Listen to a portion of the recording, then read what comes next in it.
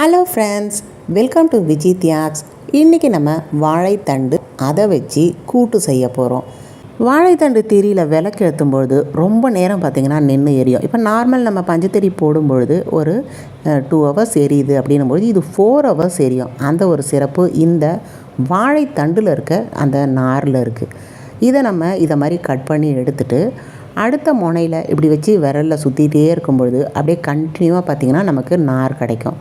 இந்த நாரை அப்படியே நம்ம திரிச்சிட்டு வெயிலில் காய வச்சுட்டு டப்பாவில் போட்டு வச்சுக்கிறோம் அப்படின்னும்பொழுது இந்த திரி போட்டு விளக்கு ஏற்றும்போது ரொம்ப பார்த்திங்கன்னா 4 மணி நேரம் 5 மணி நேரம் கூட அழகாக நின்று எரியும்.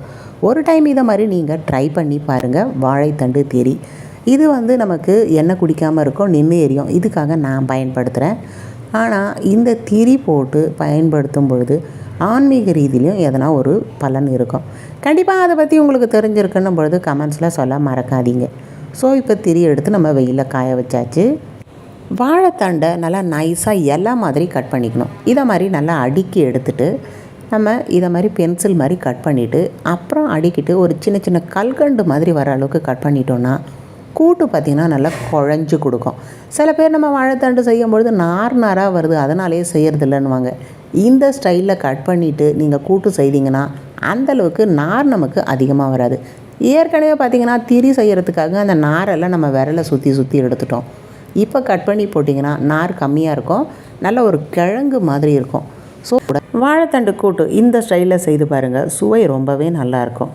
சோம்பு, அடுத்தது கடுகு, உளுத்தம்பருப்பு இதை நம்ம நல்ல ஒரு நல்லெண்ணெயில் போட்டு பொரிக்க விட்டு எடுத்துக்கோங்க.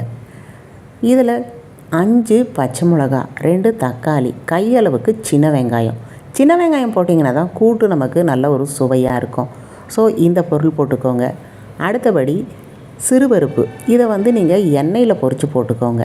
மோரில் ஊற வச்ச வாழைத்தண்டு இதுதான் இன்றைக்கி தேவையான பொருட்கள். நல்லா கடுகு பொரித்த பிறகு 5 பச்சை மிளகா, கையளவுக்கு சின்ன வெங்காயம், 2 தக்காளி இதை நல்லா எண்ணெயில் வதக்கி எடுத்துக்கோங்க. இதே எண்ணெயில் சிறுபருப்பு இருக்குது பாருங்கள், அதையும் போட்டுட்டு நல்லா பொரிச்சிக்கோங்க. அதுக்கப்புறம் வாழைத்தண்டை போட்டு வேக வச்சு எடுத்தோன்னா கூட்டோட சுவை பார்த்திங்கன்னா அதிகமாகும். அதுக்காக இதை மாதிரி ஒரு டைம் பொரிச்சிக்கோங்க.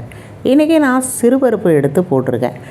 இல்லை எனக்கு கொஞ்சம் துவரம்பருப்பு போட்டால் பிடிக்கும் அப்படின்றவங்க துவரம்பருப்பும் இதை மாதிரி எடுத்துகிட்டு நல்லா வறுத்துட்டு அதுக்கப்புறம் வாழைத்தண்டை போட்டு மூடி வச்சிட்டிங்கன்னா கூட்டு நமக்கு ரெடி ஆகிடும். இது நம்ம வத்த குழம்பு, காரக்குழம்பு வைக்கும்போது ஒரு சைட் டிஷ்ஷாக சாப்பிட்றதுக்கு அட்டகாசமாக இருக்கும். நல்லா குழஞ்சி கொடுக்குறதால தோசை, இட்லி இந்த டிஃபனுக்கும் நல்லாயிருக்கும். இப்போ வாழைத்தண்டை நான் மோரில் ஊற வச்சுருக்கேன். இதை அப்படியே வடிகட்டிட்டு உப்பு போட்டு அந்த தண்ணி குடிக்கிறதுனாலும் குடிச்சிக்கலாம். மோர் நல்லா சுவையாகவே இருக்கும். இல்லை இந்த மோரோடவே நம்ம இந்த கூட்டில் ஊற்றிட்டு கொதிக்க வச்சு சாப்பிடும்பொழுது மோரோட டேஸ்ட்டோட கூட்டு பார்த்திங்கன்னா நல்லாயிருக்கும். சில பேர் இதை மோரில் ஊற வச்சுட்டு அதை புழிஞ்சு எடுத்து கூட்டுக்கு போடுவாங்க. அதை மாதிரி செய்யாமல் அந்த மோரில் ஊறுது பாருங்கள், அதோடவே எடுத்து கூட்டு வச்சோன்னா மோரோட டேஸ்ட்டு கூட்டுக்கு இன்னுமே சூப்பராக இருக்கும். வாழைத்தண்டு கட் பண்ண பிறகு கருத்து போகக்கூடாதுன்ட்டு தான் இந்த மோர் தண்ணியில் ஊற வைக்கிறது. கண்டிப்பாக அந்த மோர் தண்ணியை கீழே ஊற்றாதீங்க. ஒன்று உப்பு போட்டு குடிச்சிருங்க, இல்லையா இந்த கூட்டுலேயே போட்டு செய்திடுங்க. இப்போ கொஞ்சமாக உப்பு போட்டு நம்ம மூடி வச்சுருவோம். 10 நிமிஷம் கழித்து நல்ல பூ போல் வெந்து போயிடும். இந்த கூட்டு நம்ம வாரத்தில் ஒரு நாள் எடுத்துக்கிறோன்னும் பொழுது உடம்புக்கு ரொம்பவே நல்லது. அதிகப்படியாகவும் வாழைத்தண்டை பயன்படுத்தக்கூடாது. கல்லையே கரைக்குதுன்னும் பொழுது கால்சியத்தை குறைக்கக்கூடிய தன்மை வாழைத்தண்டுக்கு இருக்குது அப்படின்ற ஒரு கருத்தும் பார்த்திங்கன்னா நிலவுது. அது எந்த அளவுக்கு உண்மையானதுன்னு எனக்கு தெரியல. இருந்தாலும் வாரத்தில் ஒரு நாள் அப்படின்னு எந்த பொருள் எடுத்துக்கும் பொழுது அதோட மருத்துவ பயன் நமக்கு முழுமையாக கிடைக்கும். ஒரு 10 நிமிஷம் மூடி வச்சுட்டோன்னா சிறுபருப்பு பார்த்திங்கன்னா நல்லா சிலிர்க்காக வெந்துடும். இதை எடுத்து நம்ம தோசைக்கு சாப்பிட்டோன்னா சூப்பராக இருக்கும். ஸோ நல்லா ஒரு 10 நிமிஷம் போதும். நல்லா பார்த்திங்கன்னா குழைய வெந்துருச்சு.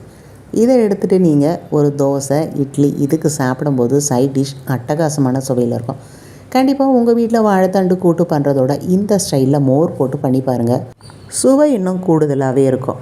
வாழைத்தண்டில் திரி எப்படி செய்கிறதுன்னு போட்டிருக்கேன். கண்டிப்பாக அந்த திரி போட்டு விளக்கேற்றி பாருங்கள், அது டிஃப்ரெண்ட் எப்படி இருக்குன்னுட்டு கமெண்ட்ஸில் சொல்ல மறக்காதீங்க. வாழைத்தண்டு திரி நன்மைகளையும் கமெண்ட்ஸில் சொல்லுங்கள். மதுரையில் ஃபேமஸாக இருக்க பால் பன் இதுதான் பண்ண போகிறோம். இதுக்கு 1 கப் பால் பவுடர், 2 கப் மைதா, கொஞ்சமாக தயிர், உப்பு இதை போட்டு பிசைஞ்சு நல்லா இதை மாதிரி பொரித்து எடுத்துட்டு ஜீராவில் போட்டு எடுத்து வச்சிட்டோன்னா டேஸ்ட்டு பார்த்திங்கன்னா அவ்வளோ சூப்பராக இருக்கும். ஸோ இந்த வீடியோ பார்க்குறதுக்கு மறக்காமல் விஜய் தியாக்ஸ் சேனலை இதுவரையும் சப்ஸ்கிரைப் பண்ணலாம், சப்ஸ்கிரைப் பண்ணிக்கோங்க. செஃப் தீனா அவர்கள்கிட்ட பரிசு வாங்கினதுக்கு நிறைய சப்ஸ்கிரைபர்கள் வாழ்த்து தெரிவிச்சிருந்தீங்க. ரொம்ப நன்றி. அடுத்த பதிவில் சந்திப்போம்.